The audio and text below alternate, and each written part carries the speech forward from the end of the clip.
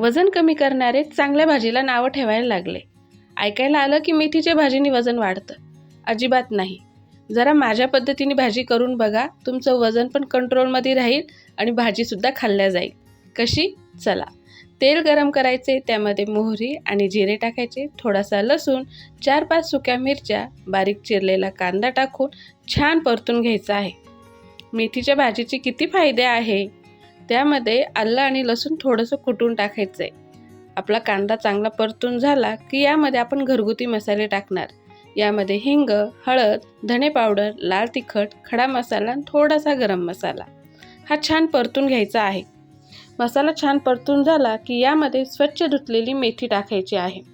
तुम्हाला माहिती का, मेथीच्या भाजीमध्ये कॅलरीज कमी असतात आणि फायबर जास्त. फायबरमुळे पोट भरल्यासारखं होतं. थोडंसं खोबरं घ्यायचं आहे चवीपुरतं आणि 2 आपले सूप चमचा तीळ घ्यायचे आहे. आता दिवसभरामध्ये 1 चमचा तीळ खाणं योग्य आहे. आता ही 5-6 जणांची भाजी आहे, त्यामुळे ही तीळ एवढी घेतलेली आहे. सफेद तिळीमध्ये फायबरचं प्रमाण जास्त असतं, त्यामुळे पोट भरल्यासारखं होतं आणि प्रोटीन पण आहे. पण हो, फायद्याचं असल्यामुळे दिवसभरात तीळच खात बसू नका. आता वाटून घेतलेलं मिश्रण मेथीच्या भाजीमध्ये टाकायचं आहे.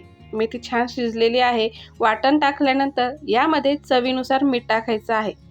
बघा, मिठाचं प्रमाण कमी करता आलं तर, कारण वजनच कमी करायचं आहे ना तुम्हाला, तर मीठ पण थोडं कमीच वापरायचं.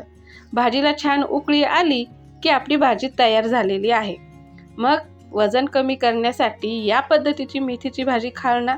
आणि हो, तुम्हाला सांगायचं राहून गेलं, तसं तर तुम्हाला माहितीच आहे का मेथीच्या भाजीबरोबर भाकरी चांगली लागते. मग वजन कमी करताना ज्वारीची भाकरी घ्या ना, बरोबर की नाही? तर रेसिपी आवडली असेल तर लाईक करा, शेअर करा आणि हो, माझा चॅनल सबस्क्राईब करा. पुन्हा भेटूया अशाच एका नव्या व्हिडिओसोबत. आणि हो, वेट लॉस जर्नी बघायची असेल तर त्याचे व्हिडिओ मी डेली रुटीनमध्ये टाकते.